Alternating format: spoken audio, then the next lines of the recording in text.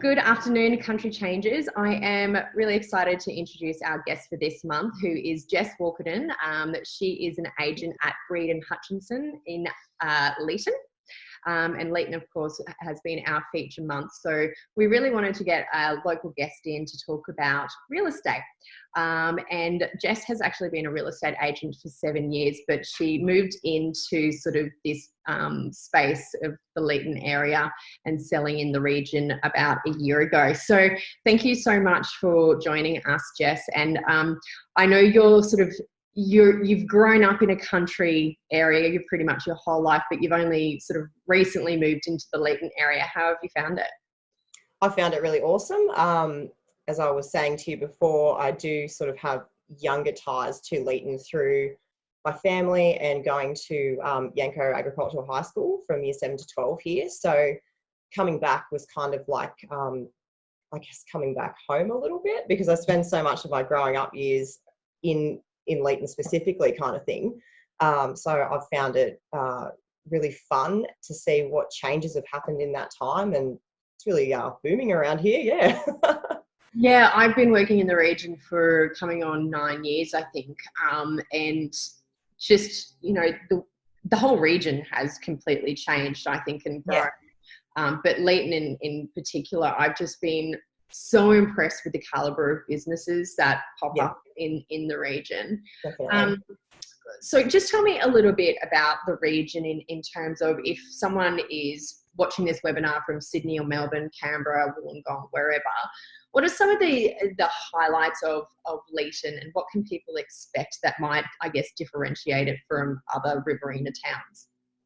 Oh, well, I think the thing about Leeton is that it's kind of centric to everywhere, that if something that you want isn't here in Leeton, sort of half an hour to an hour max down the road, you will find whatever that is that's not here, which are very few things. Like, you've got a really strong community here in Leeton, so they're very motivated to push Leeton. There's a lot of events that are on. There's barely a month that hasn't got something going on, kind of thing. So I think people that are coming from Sydney and Melbourne and Canberra and places like that will appreciate, if they were to come here and check it out, even over the space of 12 months, that they're not missing out on those social events and things like that they would get in Melbourne, Canberra, Sydney, that kind of thing. Like, we have those things here. If anything, there's probably just more of a, how would you say, I guess more of a personal feel to the whole thing, because if you were to move here, you would start just inadvertently becoming part of the community. You'd go to one of these events and you'd know people, you'd have people to talk to, and if you think you didn't know anyone when you went there. And I think that that's something that's probably lacking in larger metropolitan areas where there's just such a large population. Really hard to get outside of your own little circle and things like that. Whereas a town like Leeton, with the population being around 11,000, it's still big enough that we have the infrastructure and facilities to service the community, but also it's just not so big that you miss out on everything else, kind of thing. Yeah. I've been to a number of Leeton events, and they're always so fun, and people just treat you like you're a local, even though I was visiting or working. People were so friendly. It was really lovely, and I always love visiting the area. And you've got good wine. But I guess we'll come back to the community part, but let's jump into real estate, because it's one of the hottest topics that whenever we post about real estate and housing in the region, it always gets a lot of engagement from people. Obviously, before people make that decision to make a country change, they want to know what they're going to be up for cost-wise, what kind of properties they can get, the availability, though, obviously investment, if there's good returns.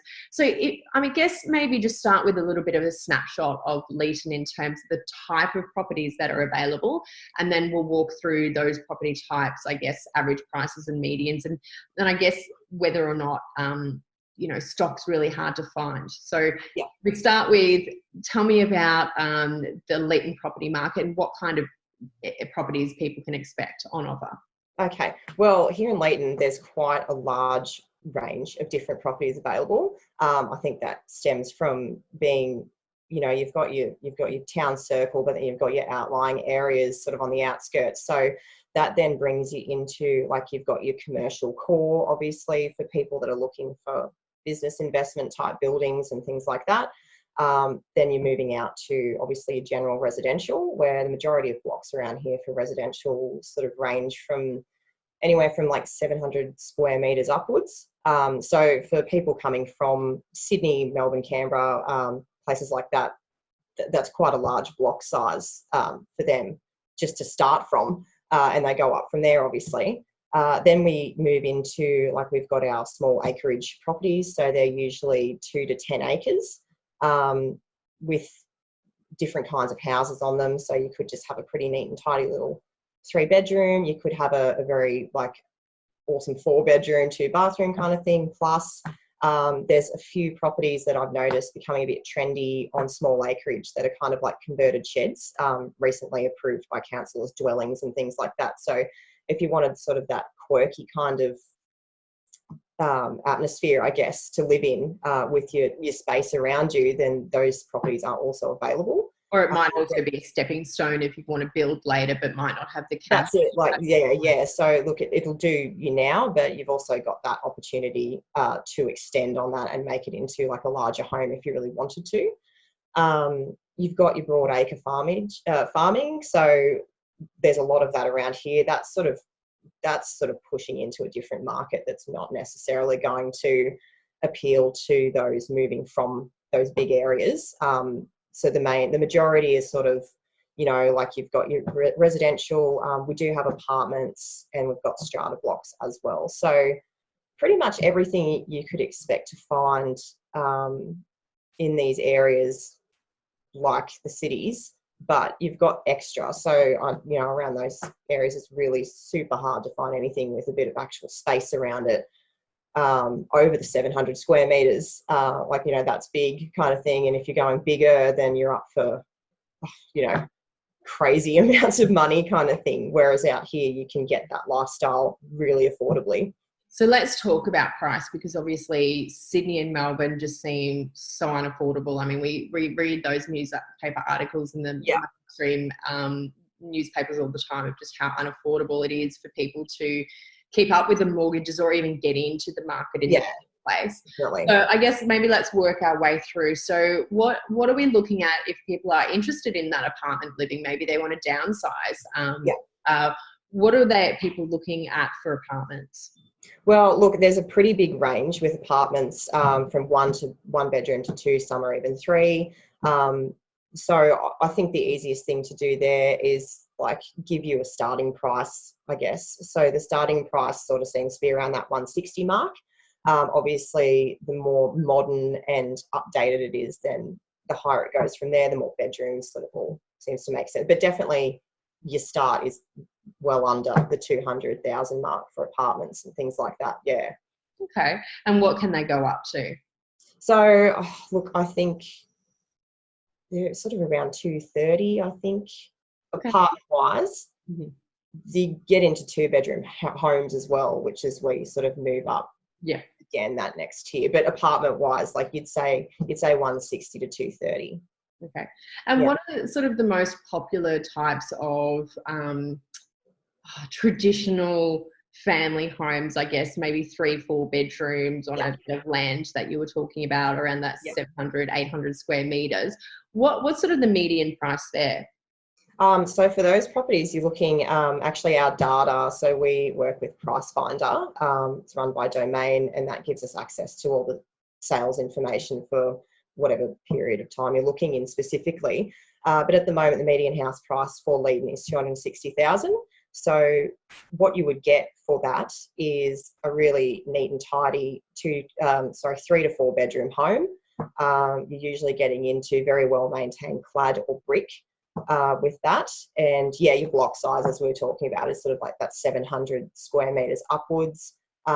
If you were paying sort of that price for a very small block, the home would be quite modern. Like you would really have to do nothing, move in, be happy. But with the median price range that I'm talking about, like that 260, the 3 to 4 bedroom kind of thing, minimal to no work for that either. Like, so that they're sort of ready to move into. Maybe you'll potter away over a couple of years, changing a few room colours if you want that. Doesn't need major renovation. No, nothing like that. No structural, like very, structurally sound properties. And yeah, modernised or like so well maintained to the point that you'd sort of go like, oh, I've got a fair while I can use this for and be happy. Actually, that might be worthwhile. So maybe sort of just touch on the types of architectural styles, because Leeton has some older homes, and maybe we can sort of talk about those older homes and the heritage aspect of it. And you've also got newer estates. So if people are interested, because not everyone wants to live in a brand new modern home. So that's right, yeah. The older style that they might even want to renovate. So if you can just give us a bit of a snapshot around that type of, those types of homes. Yeah. Okay. Well, with that sort of heritage, older style home, there's also a lot of different variants of that as well. So I did actually put together a bit of a snapshot here in preparation for this. So you can get into the market here with an older home for like 90 to 120,000. You would be looking at fibro predominantly, most likely going to have 3 bedrooms.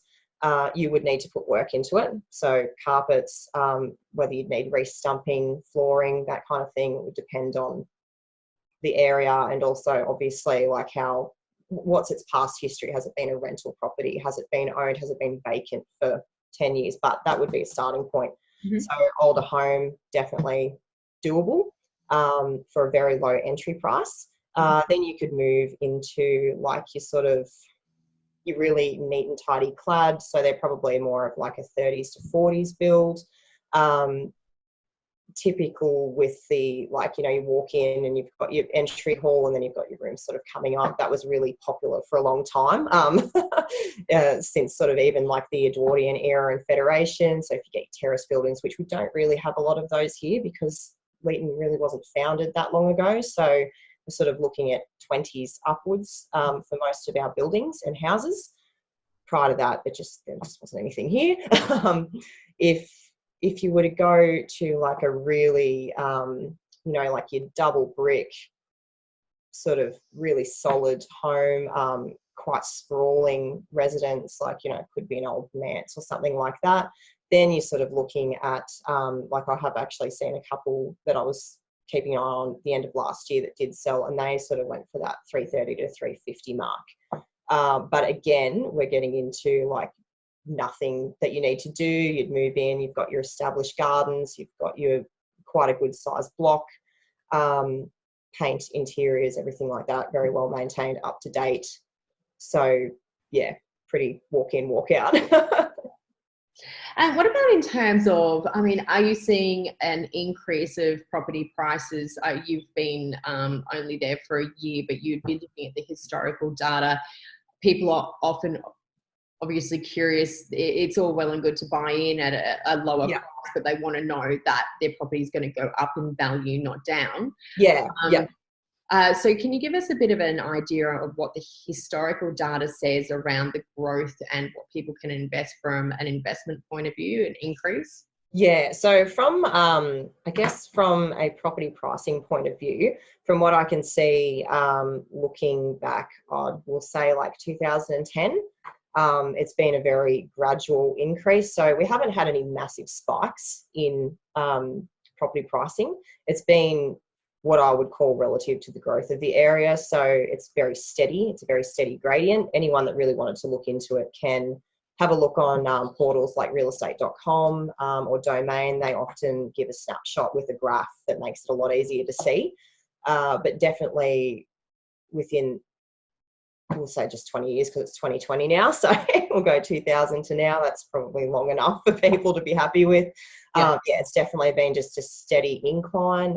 There's been if there has been a downturn, it's been maybe 1 year within that period, which could have been because of a number of factors, whether it be weather or just the economy in general at that time, which you'd usually find, you'd find other areas that are sort of, like, it wouldn't be Leeton specific for that year. It would be around. If you looked into neighbouring areas, or just even like the Sydney and Melbourne markets in general, they seem to kind of follow a bit of a pattern together. I will say though that there is a bit of a conception that, you know, the Sydney price property market will influence everywhere else in Australia. I have never really found that to be a thing, as much as they sort of harp on about it.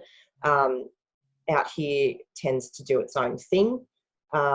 If anything, when Sydney's sort of going a bit slower, that's because people from Sydney are looking to move out to more affordable areas. So if anything, our market's going to go up if theirs is going down a bit. That's just what I've sort of noticed in the last several years of being in the industry and working in different areas. There is sort of a pattern that the regional areas they have their own little market world. We're not reliant on what's going on. Look, and you know, quite often people do, I think one of the main reasons that people start considering a country change is the lack of community, but also the price. You spend so much time in traffic getting to work. You spend a lot of money getting to work, like a couple $100 sometimes. Getting to work, not to mention the hours a day that you lose. And I think people are just looking for that return to balance and getting some of that time for the kids or for themselves. Definitely. So I'll just come back to what we were talking about before. So we've talked about the houses sort of more in town. If we start looking at more lifestyle blocks, what are people up for from a pricing perspective? Well, your starting point there is about $290. Now, these have started to become, like these particular properties have crept up that little bit extra to the residential, because there is that high demand for the space. Like, people want their horses, they want their bikes, they want their area to let the kids run crazy, have the dogs and all that sort of thing. Yeah, all the rest. So, but you can get into that market at about $290. And then it sort of creeps its way up from there. I couldn't really give you a median because there's just quite diverse. Like, there's so many different factors. So 290 would be for 4 acres so up? 290 would be, sort of about your up to 5 acre block. And you'd have your neat and tidy 3-bedroom. You wouldn't sort of have another bathroom or anything like that though. But obviously, as we spoke about before, you would have that opportunity to perhaps extend later down the track, once you'd sat on it and maybe built some equity in and things like that. Obviously, everything is subject to council approval. Just remember that. Oh, sorry, 1 sec. That's okay. My phone rings through my laptop. Oh no. I was like, I'll make sure I put this on silent while I'm doing it. It rings through even my laptop, and even if I press put on do not disturb, it still does it. So, oh really? So annoying. I might get you to just talk about, we'll just pick up the beginning of that. So just talk about, just lead in with the 5 acre side of things. Oh, okay. Yeah. So getting into the market for house plus small acreage, and we'll call small acreage beginnings 2 to 5 acres, and then it can go up from there. But we'll say that that's sort of the beginning, because 2 acres below that could very easily here in Leeton be just an average town block. That's, sort of how big the land can be. But yeah, going into that small acreage, you can get into the market for 290,000 upwards. That upwards price is dependent on a few factors. So it's hard to give a median for those properties, because it does range from 2 to 10 to 27 acres, that kind of thing. I'd probably put 5 to 10, 2 to 10 as small acreage. For most people's perception anyway. You've also, you can go up to 50. That's considered small around here as well. So it just depends where you're from, what you think small is. Oh yeah, there's a mind shift. So I was talking to a friend, going off on a bit of a tangent, but it'll sort of demonstrate the different thinking and expectations people coming from city areas. He was moving from a coastal town, wanted to buy up, a regional area. And he's talking about buying a farm. And I said, oh, how many acres are you looking at? And he said, 20 to 40. And I laughed because I come from a farm of 4,000 acres. That's right. Yeah. But it's just that shift of perception. 40 acres for me would be a hobby. Definitely. But I think so with that, people need to realize that if you're moving to 5, 10, 20, 40 acres, there's a different shift that you're going to have to make mentally around the kind of maintenance and responsibility. That's exactly right. Yeah. So if we sort of talk, I guess we'll go like 2 to 10 acres with your entry point of sort of 290. You've got your neat and tidy 3-bedroom house, as we talked about before. If you needed to do extensions on that later, depending on how big your family was growing or what your own personal preference was, the likelihood of having a second bathroom within that price range with the acreage is probably small. So if you really wanted that, the extra on the house, you'd probably have to put that into it later. Structurally, though, the house is going to be fine. You're going to be able to move in and be okay and then deal with whatever else extra you wanted later. But yeah, with the tiers of acreage, like, 2 to 10, manageable. The horses, your bikes and all that kind of thing sort of run around. Still a fair bit of mowing you definitely want to ride on if you don't have any sheep or anything going on, but still manageable. When you start going over that, though, that's when it's a different kind of area there. Like, most of those people that are looking in that larger acreage above the 10 generally have some sort of plan in mind. So they might want to put like a small vineyard in, or they've got a lot of horses that they show or breed or anything like that. So it's sort of a little bit more of a commercially run idea, or, like a vegetable farm that's purely, chemical free or something like that. So anyone sort of looking for that bigger above the 10 acres, they're usually looking for commercial kind of usage. Yeah. What general advice would you give someone if they are interested in making a country change and they've got their eyes set on Leeton? From a purchasing property perspective, what kind of lead time or what kind of advice would you give them? Well, for a start, the first thing I would tell anyone moving to somewhere completely different to what they're used to is to come and check out the place, probably more than once even. Like, make it a bit of a plan over 6 to 12 months. Have a look at what's going on in town. There's always something. So come for a visit, check it out, so you can see that, when you do come here, that you're not just going to be like stuck in your house forever with nothing to do for the rest of your life ever again. Check that out. Have a drive around, come in and see one of us real estate agents and ask some questions. We're quite happy to show you around and different things, answer questions that you might have specifically to either a certain type of property you're looking for or a certain type of area that you're looking for, or just a price range generally. So, ask the questions, check it out, have a look. When you've decided that you're happy, then the first thing you obviously need to do is have a look for what you can afford. What are you going to do? So it's always best, regardless of whether you're moving from far away or if you're a local, to ensure that you've got your finance at least pre-approval sorted first. So you're not obviously wasting your time looking around at places that you potentially won't be able to afford or obtain the finance for in general. Get all those ducks in a row, have an idea of what you want, get your pre-approval, then get serious with your looking, making your offers and that kind of thing. And I would, for people that have got to that stage of, right, we've decided we like the area, we've got our money pretty well sorted, now we just have to find the place. Online, it's just so accessible these days. Like, you can just go into Google and type houses for sale in Leeton. They're all going to come up. Make a little favourite shortlist for yourself, and then contact whoever's in charge of obviously that particular property.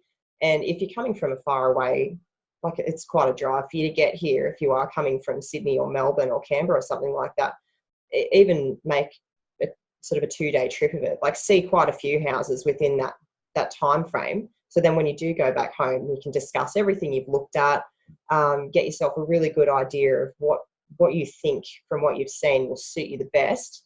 And then you've just got yourself really organised, ready to go. And potentially seeing a range of style of properties. You might have your set on a a country block with 2 acres, but then you see a property of 10 acres or on the other end of that might decide a town is good for you. I think it's important that for any big life decision, you write a list of must-haves. Yes. Then it would be be organised. Yeah. It's surprising the amount of people that do come through that will give you sort of like a half list of what they're after. So you'll do your best with the limited information they've given you, and then you sort of take them for a look through, and then it's like, no, this isn't really what I wanted. Like, it's good to really be specific. Like, even if it's like 2 pages long of a list, at least that gives us as agents more to work with. And when you know what you want, we can help you. But if you're a bit, I don't really know what I want yet, not sure, it's hard to tailor a day for you, because you don't really want to drive 6 hours or more and then not really know what you want. So we're going off the limited information you've given us, and then we show you a heap of places that probably weren't what you wanted at all, because we didn't have enough information to go, oh right, we'll scratch that one, we're not looking at that one because that's not going to suit you at all because of this or that. And it's really important. And what do you think some of the biggest misconceptions people have around what country life will be like? Honestly, I think like having obviously friends and cousins and stuff that do live in places like Sydney and Canberra and Melbourne and stuff. So you go and visit them and that kind of thing. And because they've got their group of people that are sort of, I don't really know them. They're locals to wherever that city might be.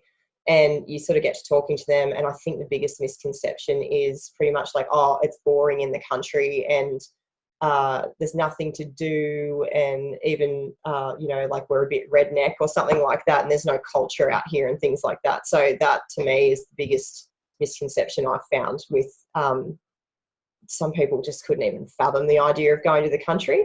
But half of those people have never even visited the country. Like they've never gone over the Blue Mountains or anything like that. So they've got actually no idea, but haven't gone and seen their own backyard kind of thing. So they're just going off, I don't know where they get it from. I guess they watch movies or something and assume that's what it is. I'm not sure actually where it comes from. I think also, and I'm a former journalist, so I sort of come with the other side of how media operates, and I think it's how the media portrays the country and how the media wants to portray the country. You watch mainstream news this past 2 months in particular. It seems like the only time the country regions get any airtime in major metros or national programs is when there's, drought, fire or famine. And I don't think that's a fair representation of what country life is. Yes, it can be tough, but it can also be a lot easier. It's a lot more community, a lot more help. Not saying country life doesn't have its half the time it's not like as scary as it's made out either. So like obviously we've got, as a country in general, we're prone to droughts and bushfires and things like that. It's not sort of the whole country's on fire or anything like that.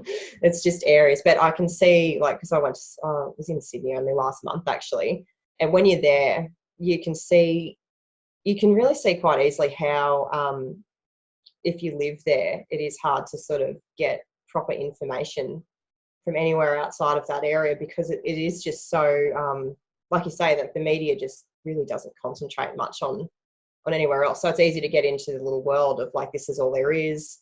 If you go over there, like there's like a barren wasteland or something, there's nothing. People live in the hills. And definitely, and that's why I think your advice of going out there and spending proper time. If someone was interested in perhaps renting before they bought, what's the rental market like? I know you're in sales, so you may not have this. No. Look, I can talk to you about that actually. The simple answer for Leeton is that we don't have enough rentals for demand. So if you were thinking of renting before buying, I would highly recommend making sure that, well, always have a look at the town in general before you commit to moving anywhere. I think it's silly not to. But you probably want to not think you're just going to pop into town, have a look at a house and then sign up the next day, because there may not actually be a rental available for what you need anyway. So the best thing to do is either ring ahead. So it might be I'd say a month is probably fair, because if you get too far away, because the market's so ever changing with rentals, like what you might be looking at that month and you're talking about moving in 6 months, it's not going to be there anymore. So I think for 3 to 4 weeks prior to like getting serious for looking at places is a good time to ring ahead. Give a good list of what you want in a rental and your price range.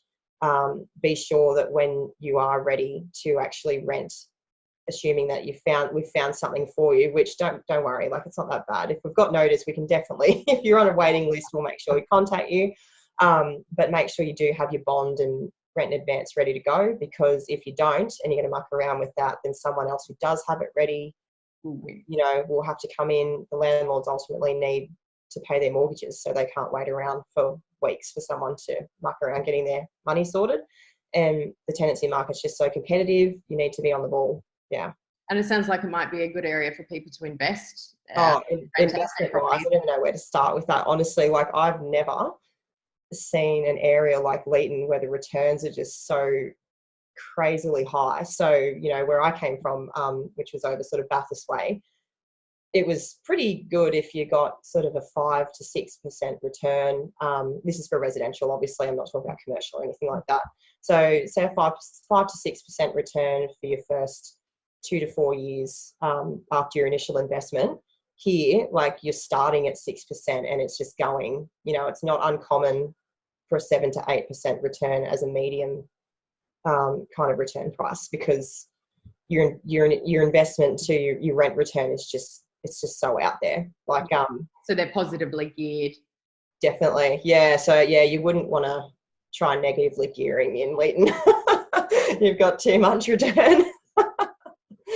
But yeah, so if you got yourself a neat and tidy 3-bedroom, for example, for say around that median price of 260, like we were talking about before, so you're pretty much going to have like a pretty solid brick or clad home, like we were talking about. Your 3 bedrooms, it's been modernised over the years, so although it might be that little bit older style, you wouldn't think it to walk in, so it's probably going to have your built-ins. Like, it's very likely to have your built-ins, your modern kitchen with your dishwasher, your garage, or at least a good parking space, which are all things that tenants look for.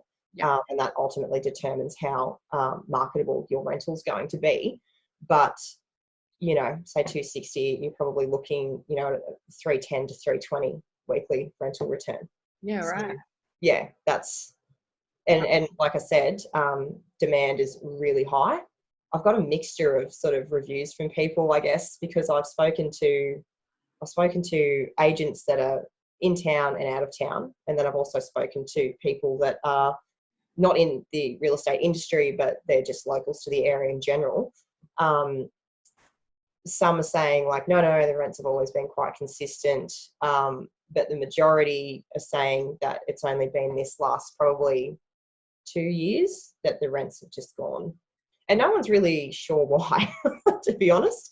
I think it's just supply and demand. Leeton's just becoming a more popular place to live because of what it has to offer lifestyle-wise, and the fact that it's not that far from Wagga. And if you don't want to go to Wagga, Griffith's probably going to have what you need, and it's only 30 minutes down the road. So it's a good, you get the best of both worlds. If it's not here, you can get it pretty close by, kind of thing. But yeah, that's sort of, it's sort of shocked everyone a bit, but like usually it's a gradual incline, but this one's kind of going like, yeah. So for me, I don't know. I haven't been around this particular area for my whole career in real estate, but the returns are pretty shocking to me, like in a good way. Shockingly good. Yeah, in a good way.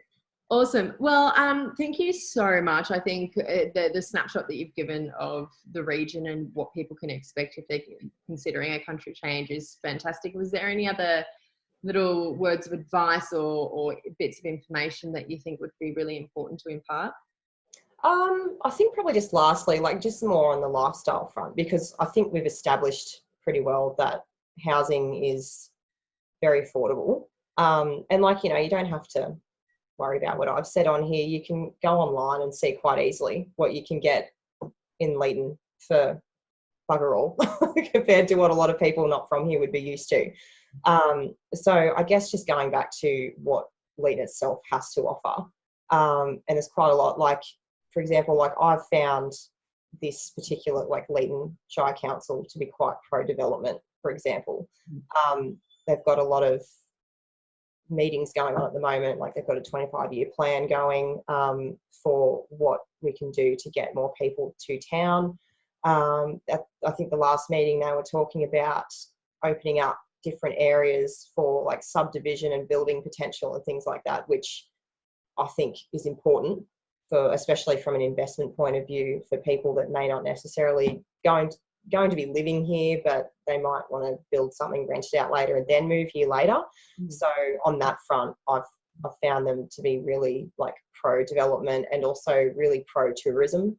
So there's a lot of things going on. But, you know, forget sort of the events and things that do go on. You might not care about that if you move here. You might just want to come here and live quietly by yourself and not really want to be ingrained in the community at all, which is also totally fine. Like you could move here and just keep to yourself in a nice quiet little street. Yeah. And you've got that option to do that. So you can be as quiet as you like or as socially active as you like. You can go either way. With regard to like if you've got children and stuff like that, you know, it's the area, you don't need to spend money to have a good weekend. Like, you know, I think if you're in Canberra and places like that, for example, because I go to Canberra quite a lot, there's things to do, but a lot of it sort of involves some sort of like entry fee or money in general. And, you know, it becomes quite expensive, especially if you've got quite a few children. But a place like this, you've got the river to go swimming if you want to, if you like your water sports, and you've got a boat and things like that. We've got the weir to do that on, fishing, camping. Not interested in that and just sort of want to do things by yourself, or if you're into cycling, perfect, like country roads, quiet, lack of traffic. Personally, I'm into long distance running. I love the idea that I can just go for kilometres and not have to see a single person, and I can just do my own thing. Also decided I was going to take up archery the other day because, well, I've got space to do it, so why not? I don't have to pay for an archery range or whatever they call them. So there's things that you can do that don't involve having to spend money. So your cost of living then also goes down if you are part of a family unit and you need to entertain the kids after school or on weekends. Yeah. So it's not just the housing, it's just the general extracurricular activities that you don't need to spend so much money on that will save you a heap of money in the long run. So that's just something that I really like to sort of push for people that are thinking about moving to these areas, that there's a whole range to the affordability argument. Yeah, not just the cost of housing, it's everything. Yeah, it's not just the housing, it's everything else as well. So if someone was interested in reaching out to you, how would they contact you? What's the best way? The best way is if they, you know, want to go on phone, then my mobile number is on our Facebook page. Our website's actually currently undergoing an upgrade, so it's a bit probably not the best place to visit at the moment because it's a bit all over the place while we're introducing the brand new site. Yep. But our Facebook page, if you follow us on Breed Hutchinson Real Estate, it's got all of our details on there. So you can, our office number, my mobile and email and things like that. I'll also, once you put this video up, I'll share it to our page, and we'll also add a link to a little document that I found the other day that council had put up, and I think it was probably back from 2014, but it's a 10-year plan from then, so 2014 to 2024, and it is called, because I'll add the link in the comment section below the video, and I'll just find the name of it so people sort of know what it is when they see it. I did write it down. Just got to find the right bit of paper that I've actually put it on. Where are you? Okay, so it's, so the document is Envisage 2024. So it's a Leeton Council Economic Development, Tourism and Events Strategic Plan for, you know, obviously the years 2014 to 2024. It goes into quite a lot of different things. There's a little contents page on there. So, you know, if you don't want to read through all of it, you can sort of go to whatever specifically is going to interest you the most. But yeah, it's online. It's an online document. So I'll add the link to that in the comment section. So for anyone interested in actually watching this video and visiting our page and stuff, they can click on it and check it out for themselves, have a read, print it off, whatever they want to do. And that will give them a good idea of what's going on around Leeton, not just now, but long term as well. I think doing your research is really important before you move. Yeah. So you know what you're in for long term. Yeah. Awesome. Thank you so much, Jess. It's been a really awesome chat. And I think anyone who is interested in moving to Leeton will definitely be, and have watched this video, will definitely get in touch. I think you're a wealth of knowledge and obviously experience, but you can also offer a different perspective from a number of. Hopefully.